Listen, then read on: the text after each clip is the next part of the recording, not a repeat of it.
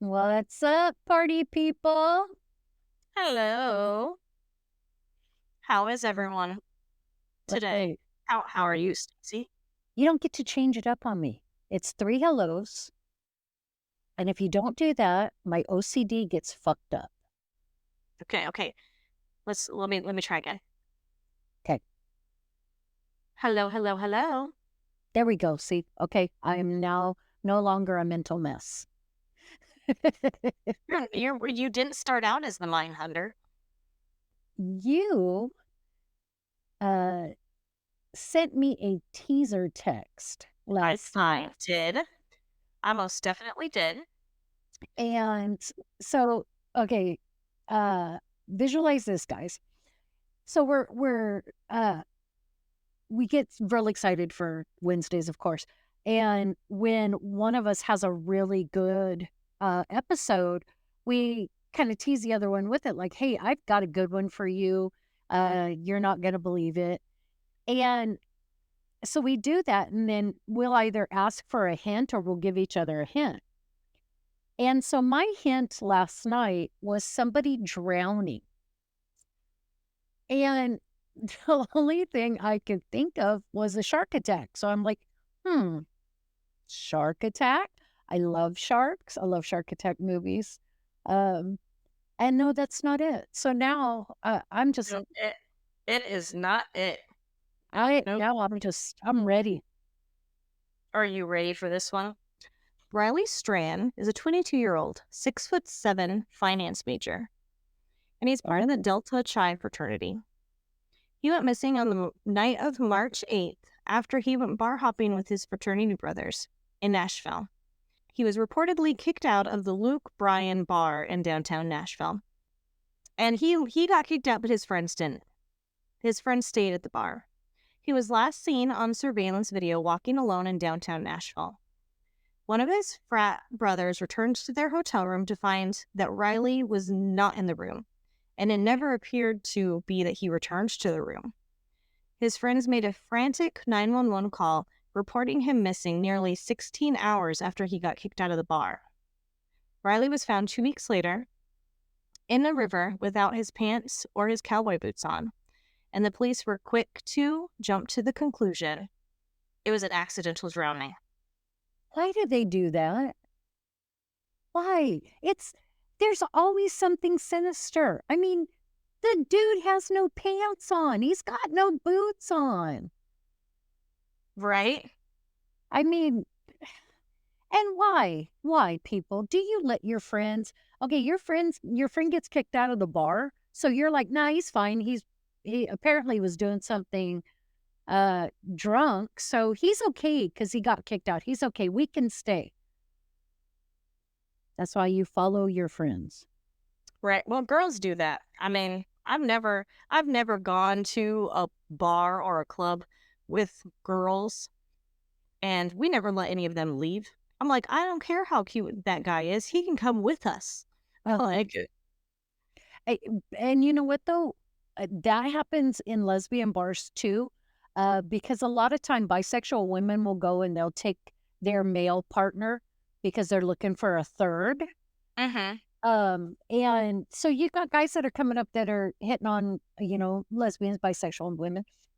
There's no way in fucking hell somebody I know or somebody that came with me is leaving with anybody else. If we're leaving all together. This was at 9:35 p.m. He got kicked out. So he told his fraternity brothers that he was going back to his hotel room. Like I said before, when they got back to the room, he wasn't there. His friends returned to the hotel at around 3:15 a.m. They didn't report him missing for the next 8-ish hours. The fuck? Yeah, and they're from Missouri, so they're not from Nashville.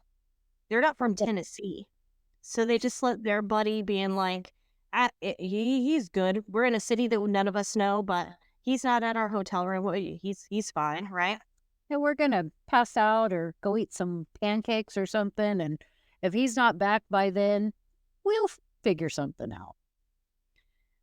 Another thing that I found interesting was that at this hotel, there was hotel guests who reported hearing these fraternity brothers coming and going between the times of like 9 and 3 a.m. So during this time that he was supposed to be back in the hotel room alone, they overheard multiple men going in and out of their specific room, slamming the doors, and they were talking loudly about one of them hurting their hands or one of them hurting their arms. And this all took place in the time that they were supposed to be at the bar and Riley was supposed to be at the hotel alone.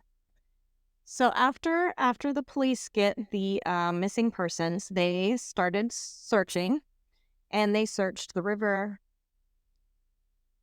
including the area of the river that Riley was found in. So he wasn't found that next day in that spot. Okay. He was found in the Cumberland River 14 days after he went missing. And 2 hours after they found his body, within the first 2 hours, the police had already made the claims that it was an accidental drowning. With no medical examiner report, with no eyewitness reports that say he jumped in. No, of course not. So at this point, Riley's mom, whose name is Michelle Wyden, demands answers from the fraternity brothers. Like, she's going to the media and she's going to the news, and she was like, I believe that they're not telling the whole truth. Something happened that night. Why wouldn't they have called the police at 3:15 when they got back to the hotel if they didn't see him there? She was like, they have not said anything. None of these people have come out forward and spoke about him at all. Yeah, that's not suspicious. And another thing that I find suspicious is, now these are all young men in their early 20s.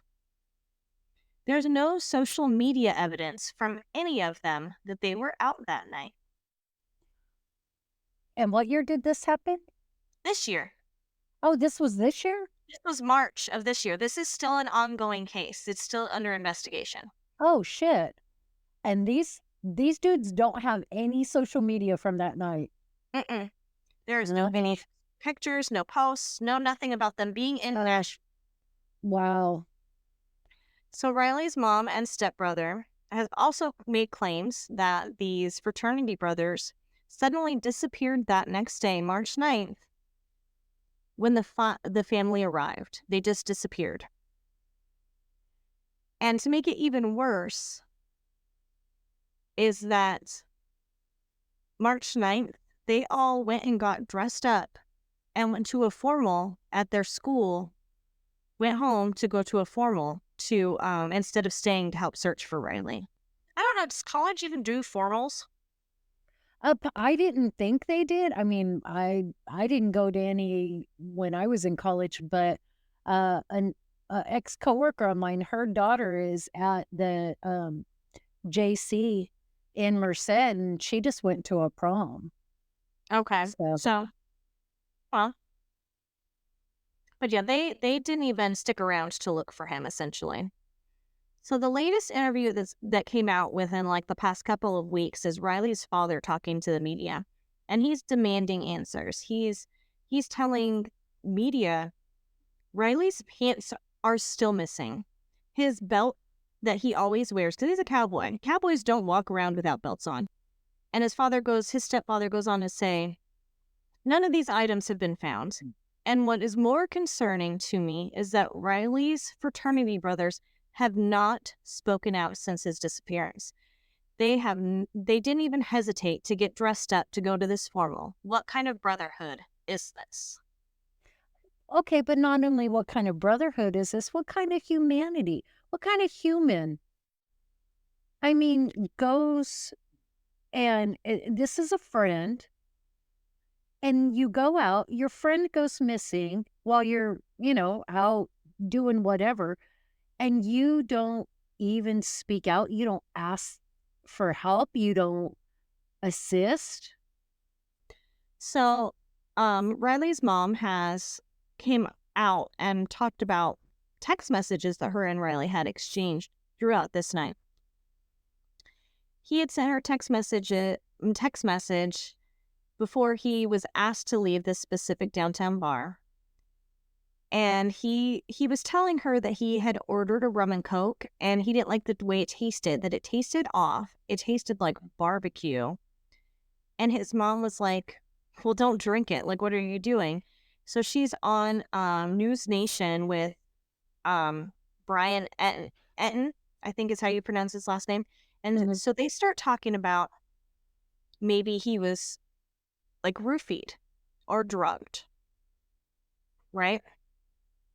It makes sense. So I went and looked. There's no, like, at that specific bar, there's no barbecue, like, there's no drinks on their menu that reference barbecue, right? Okay. And of course, you know, now I'm like, well, I wonder. So now I'm looking up different drugs. There's really no drugs that are used for date rape that have any flavor. They don't really smell. There's no real flavor involved with them. Some of them may make the drink look a little bit milky, but from what I could tell, all of them are kind of odorless and flavorless. Yeah, because I would think that would defeat your purpose.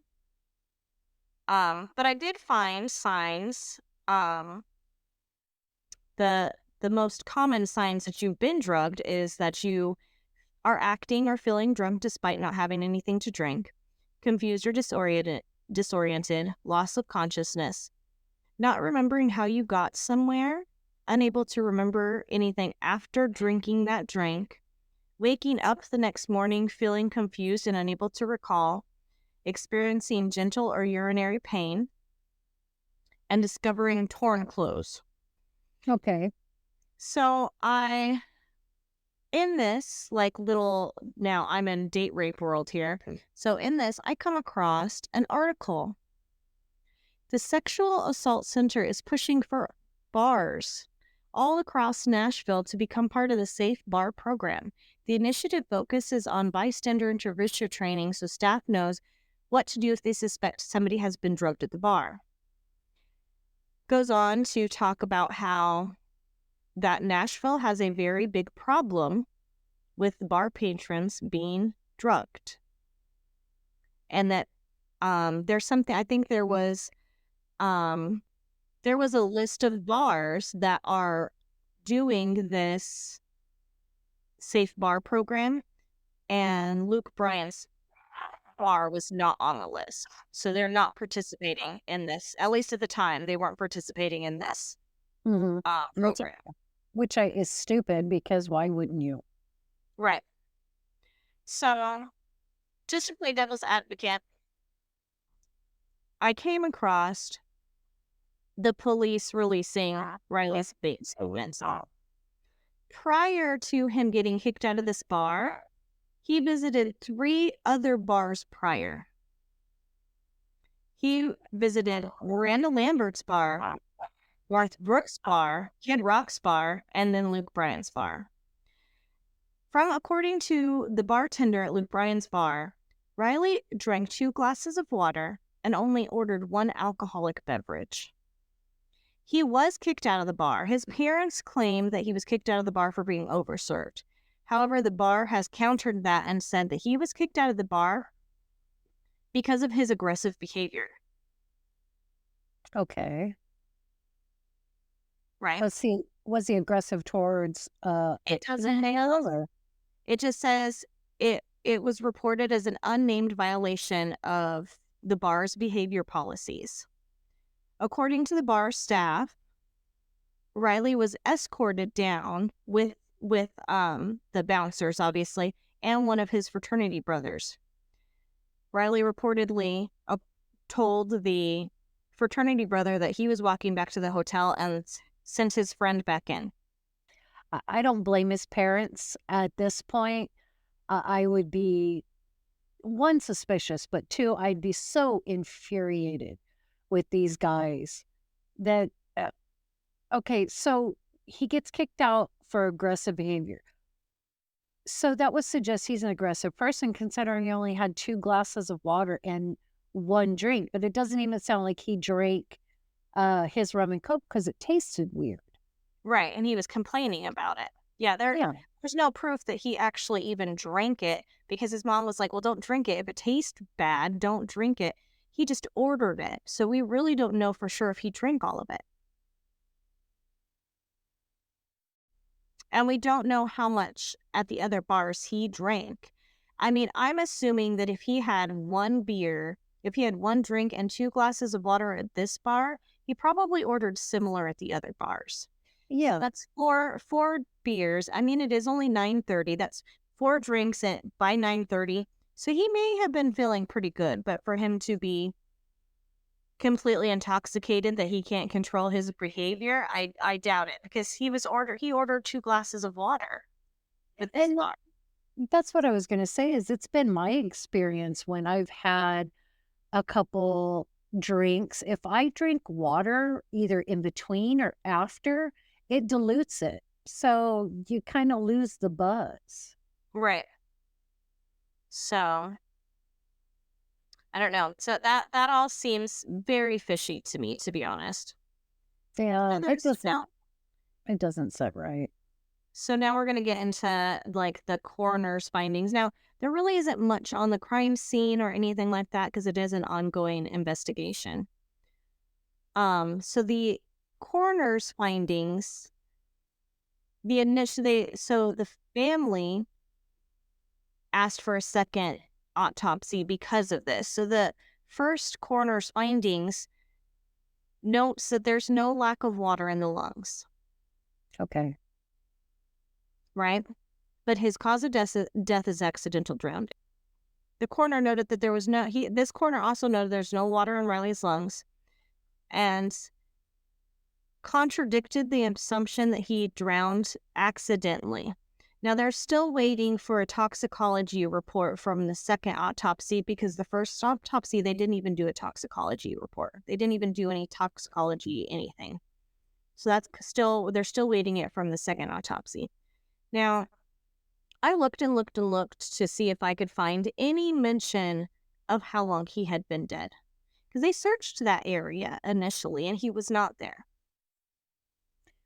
Right. But I And couldn't find anything that talked about like time of death or how long he had been dead or anything like that. So he had that water in his lungs. I mean, hi guys, criminology 101.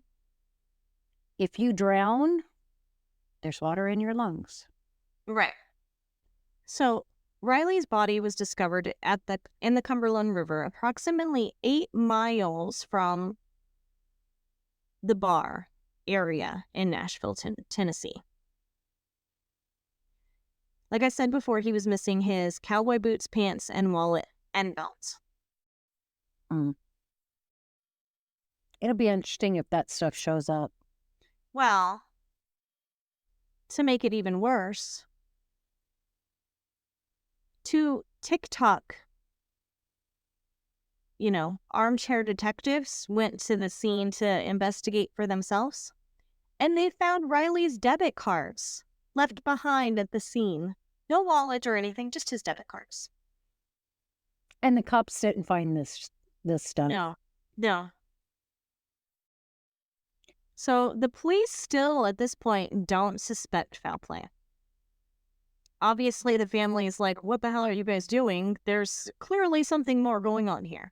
Yeah, because his debit cards are out. His wallet's not there, but his debit cards are there. So what are they Did trying he to take his wallet and drop the debit cards or something, Like, how did they end up outside of his wallet? And that's what I was going to say. What was he's sitting there, completely intoxicated, no pants, no boots on, just sitting there, just pulling shit out of his wallet? I mean, come on, guys, that's far-fetched. So there's two videos of him after he left the bar. One was given to the police by a local smoke and vape shop. I'm going to talk about them in the order that they are like the timestamp on them, but that's not the order that the news released them in. So Okay. if you want to watch the video now, you can, because you'll see both of the videos. Okay. So In one video, Riley's seen jogging away from the hotel. And this video is timestamped at 9:46. This is the one from the vape shop. It shows him wearing a two-tone shirt, and he's like running and crossing the street. Then at 9:47, so a minute later, you can see him walking toward a hotel and then turning around and like making a wrong turn and going a different direction. So why don't you like tell everybody kind of what you're seeing? You see Riley, he's walking down the street and you see him just kind of he's like off to the side. He keeps going out of the camera. Um let's see, right now it's just somebody walking around the cars with a flashlight. Oh, that's the cop. So then there's a video of his interaction with body cam. So Riley is seen in body cam footage at 9:52. So 30 minutes after he left the bar, and about 5 to 10 minutes after these other videos. And Riley, if this is on Gay Street, which is right around where the bar is. So what is he doing for the past 30 minutes that he's still in the general area as that bar?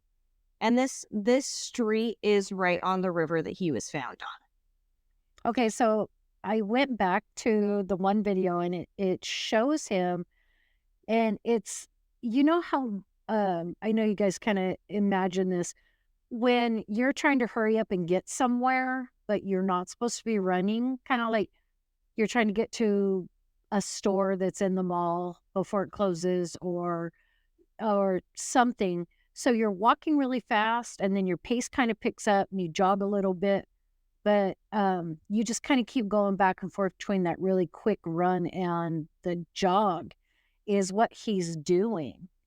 And then in the cop video, the body cam one, he just walks by like perfectly normal.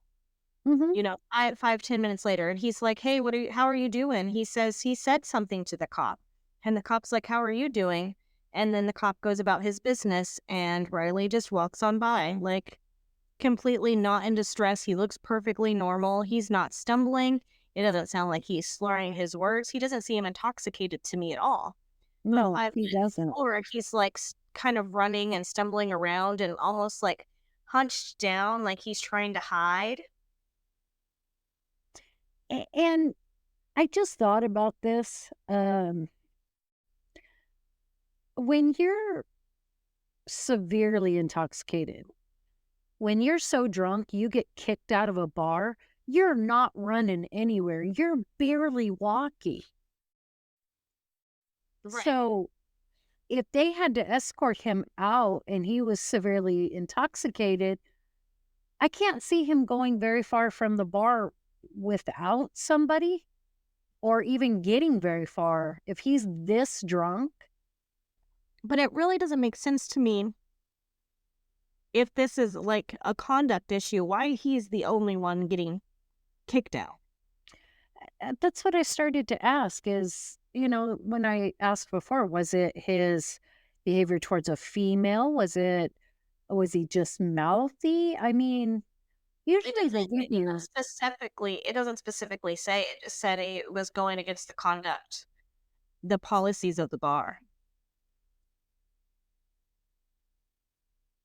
But the bar did specifically make note to say that they did not serve him more than one alcoholic beverage. It was not because he was overly intoxicated.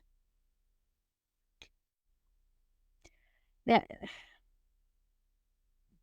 this is what it's what I do not understand is, and I hope updates start coming with this, and we'll definitely update you guys as it comes through. But how is it that you're the only one kicked out for conduct? How is it that as you are on the street, people are saying that he looked intoxicated, he acted very drunk, Mhm. but yet Well, was a report of a homeless guy that said that he saw him and that he was stumbling, seemed really drunk, things like that. But then when the cops saw him on the body cam footage, in the body cam footage, he doesn't appear drunk to me. And the No. cop came back and said that he wasn't in distress. The I think the statement the police officer said was he didn't appear to be in distress, and he didn't appear to be intoxicated. Hmm. And so, I mean, and if he's as intoxicated as, like you said, the homeless guy said, It's enough for him to stumble and fall and drown. That would have to be very intoxicated. and Then I the would cop think wouldn't that know. I The was cop, gonna say he wouldn't have let him just walk off. right. But in that video too, like even just because you can see him like walking by the cop, and he's walking very normal. He's standing upright. Mhm. He's not hunched over like in the other videos. He's not like stumbling or anything. He's walking very normally. And then, and then there's one part in the first video that shows him walking past one of those like you rent scooters, the electric scooters you can rent, Right. and he's bent over in front, and he looks like if he takes one good hard step, he's gonna hit the ground. Right, and that's what I'm saying, like, he's hunched over, and then there's a point in the first video that it looks like he almost, like, hits that wall, you know? He, like, almost walks into the wall and then Mhm. corrects himself.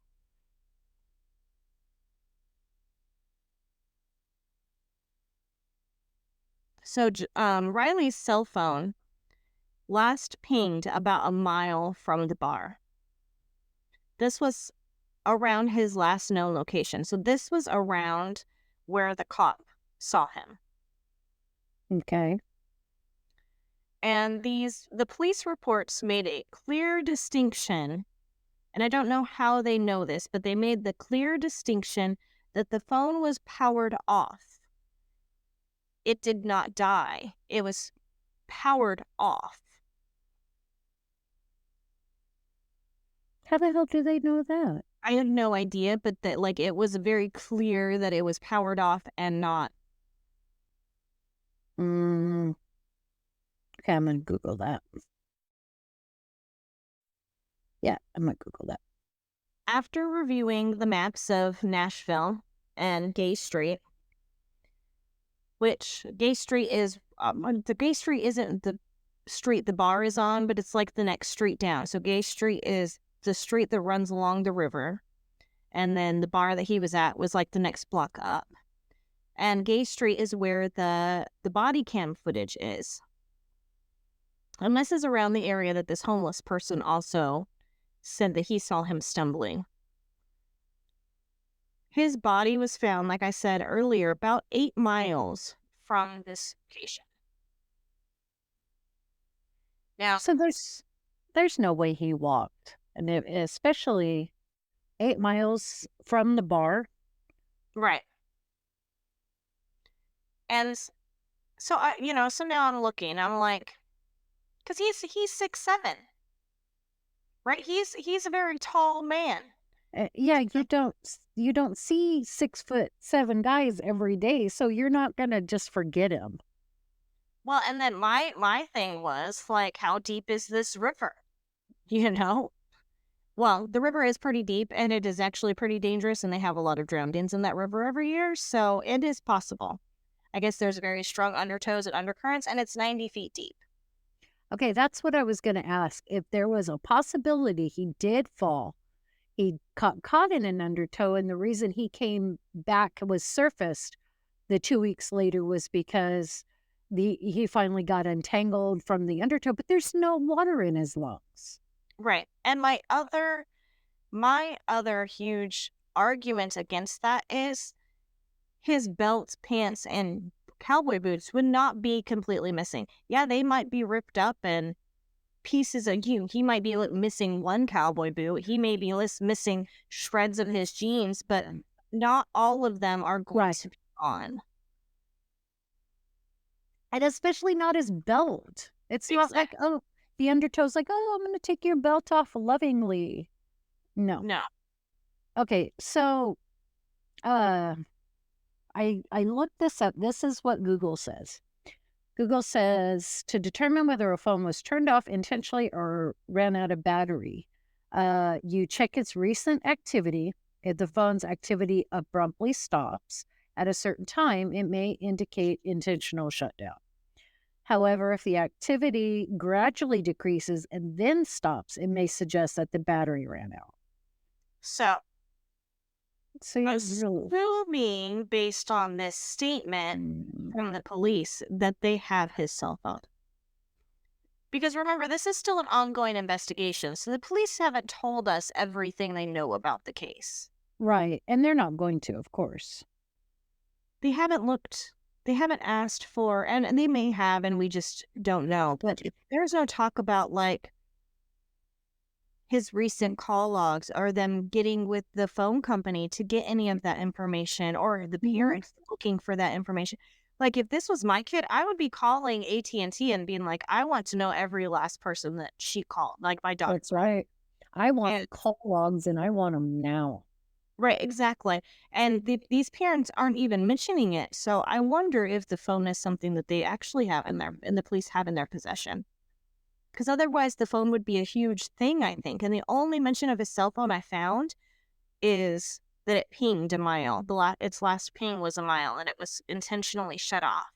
Right. And they don't need the phone for that. But, uh, okay, if they have the phone, then, and they're not discussing it, it makes me think they're building a case against, I think, and I'm going to pull my own armchair detective theory out. And I think they're trying to build a case against one or more of those boys. I I think agree with that. Riley ran afoul of one of his brothers for some reason. There was altercation. He got the raw in. I mean, maybe they got into a fight. He hit his head. Maybe they killed him by accident. Maybe they killed him by purpose. But it's not the only reason I think all of them are involved is because one did it and all the other ones are covering up. But And I'm going to take it one step further. oh, good. I think maybe that the police department was paid off. Like these are frat boys, they're probably coming for money. Mm-hmm. And I would imagine that, because why else would the police immediately go to accidental drowning? right. Getting back to Riley. So what happened? Did Riley not make the cut?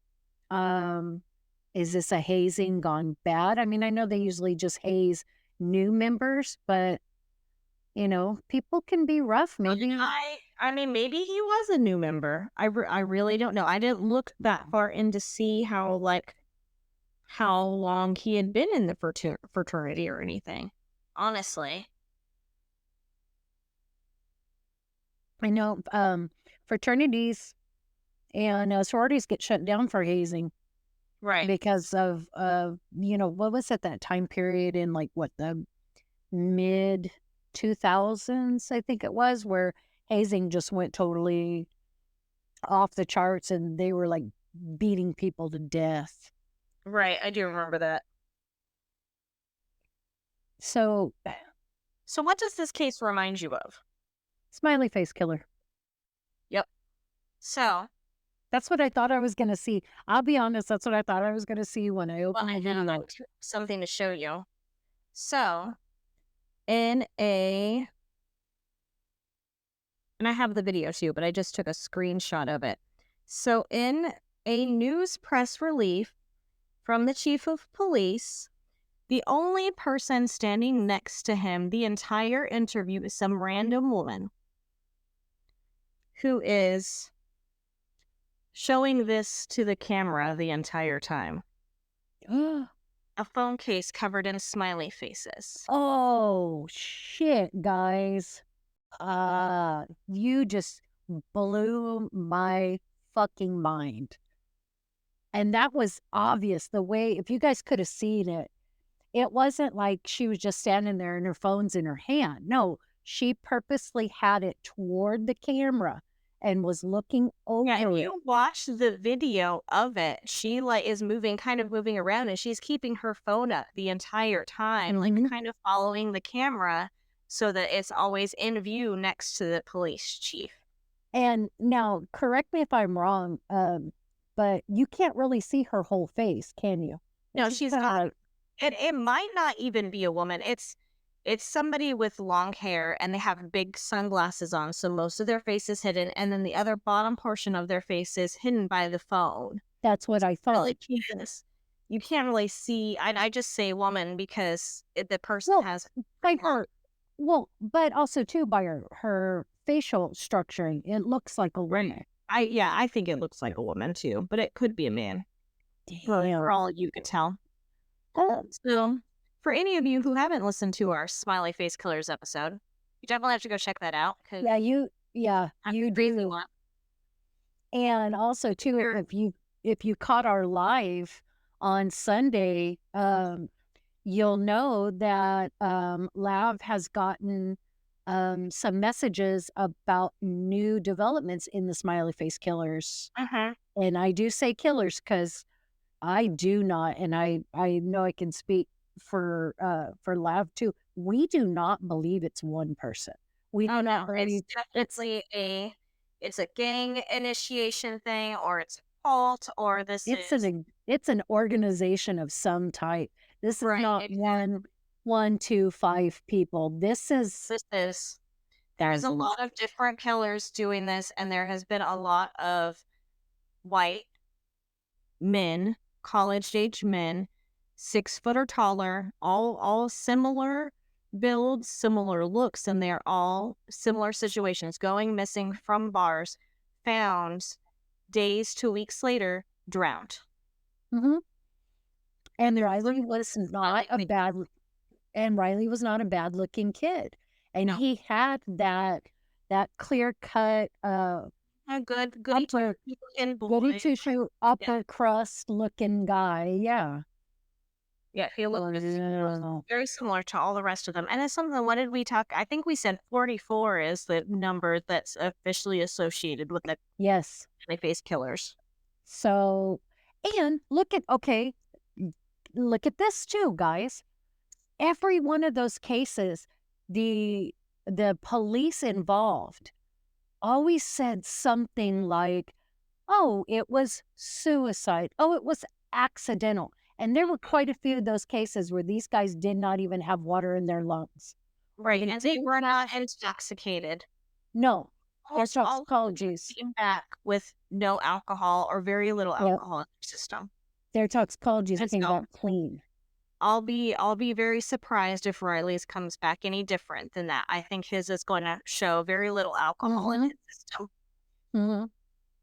And his but now what I'm kind of leaning toward and conspiracy or not, and you guys want to message us and set me straight, I'm fine with that.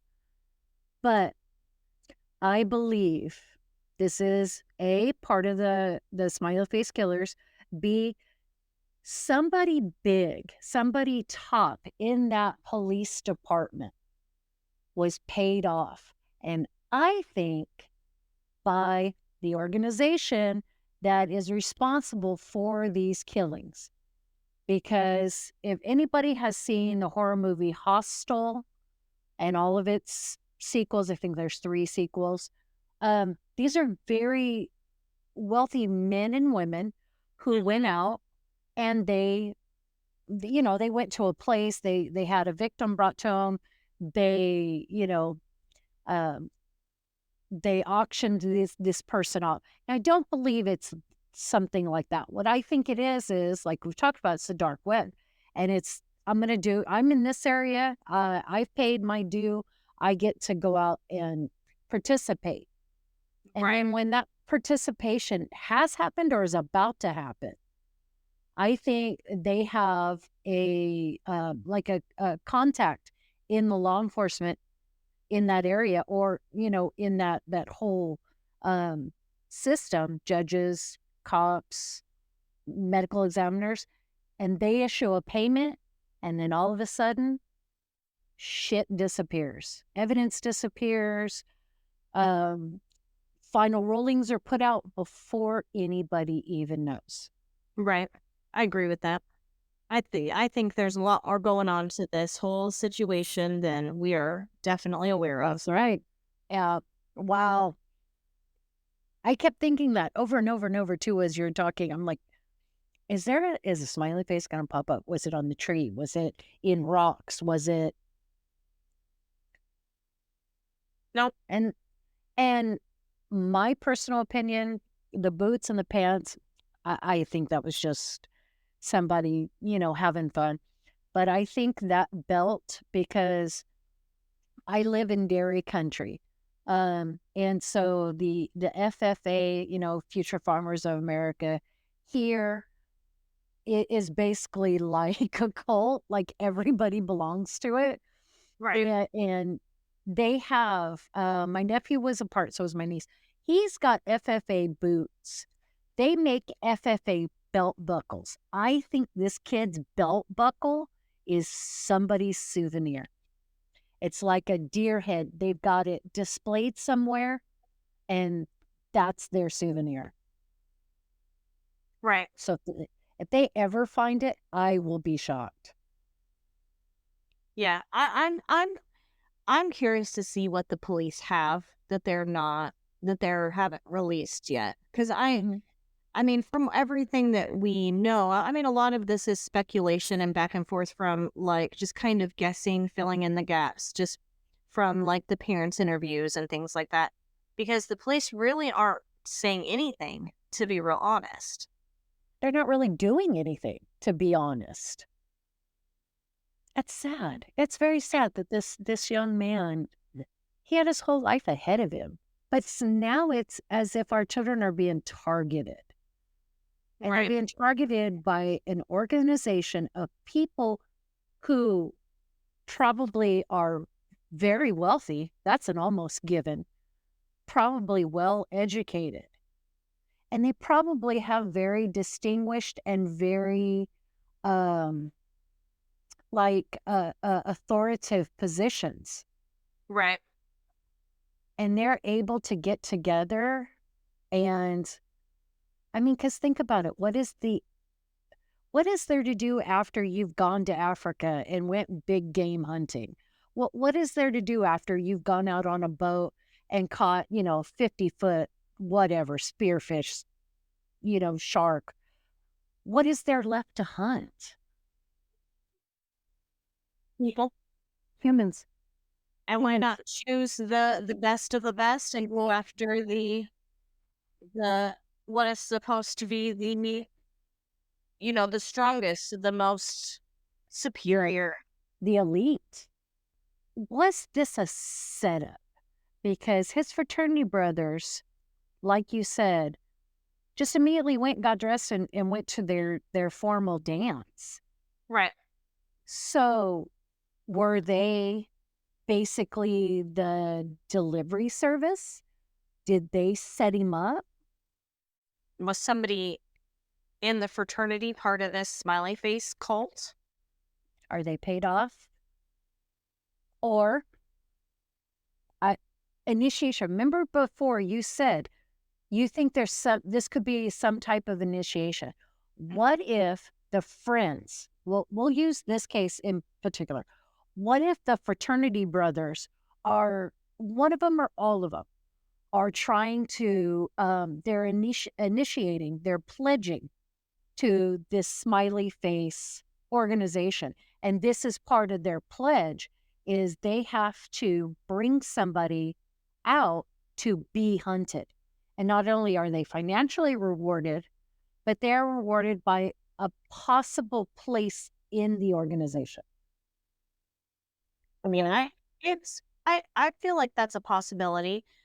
To me, just having the videos of him, like if he was afraid that he was being followed or in danger, why didn't he say something to the cop? But then when you look at the other videos and he's like hunched down, it's almost like he's trying to hunch down and hide behind cars as he's going down the road. You know? Like Right. he's trying to hitch down so that he's behind the parked cars or something. So part of me wonders, and also too, with the videos, if he was afraid he was being followed, wouldn't he look over his shoulder? Like I would feel when you get that like sixth sense, like your spidey sense, as I say, Right. when it Did you goes see off, the feedback? Yeah, you'd be I looking agree. over your shoulder. And he's not. The videos just really Mm. throw me off. It's just because the one is so bizarre by the way he's walking and he's like hunched over and he's kind of like running, like like jogging. And Mhm. he's like stumbling. He almost runs into the wall. He almost topples over onto the scooter. And then within a couple minutes, he's fine and walking perfectly normal by the cop. And in the two behaviors in the videos are so different. You know, there's That's what confuses me. yeah, there's one where he looks like he's about to hit the ground or he's hiding or he's running, he's trying to get away. And then there's the other where he's just calmly walking and the cop's like, "Hey, are you okay?" "Yeah, I'm fine." Right. And the timestamps between them is like no more than 10 minutes. It's not 10 minutes at all. It's like 6 minutes or something between the two timestamps. So it's not like a significant amount of time. He felt, well, where all of this happened is right there near the bar. All the videos and stuff is right there near the bar. So he went 8 miles after this. So he spent 30 minutes just wandering around the bar area. And how do we not know?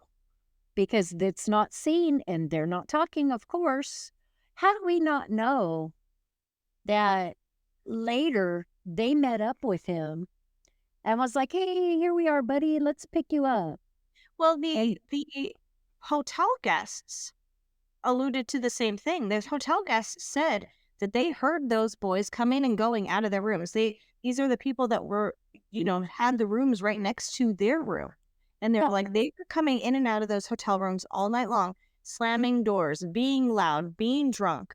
And we heard them talking and yelling and goofing off throughout the entire night. They went back and forth between the rooms multiple times. and how would they how is it that they reported him missing, what was it, like, exactly 8 hours? So there was an exact time frame. So that to me says they got the call, they got the text, they got the bat signal, whatever, that said, "Hey, your boy's done. So now you need to play your part again.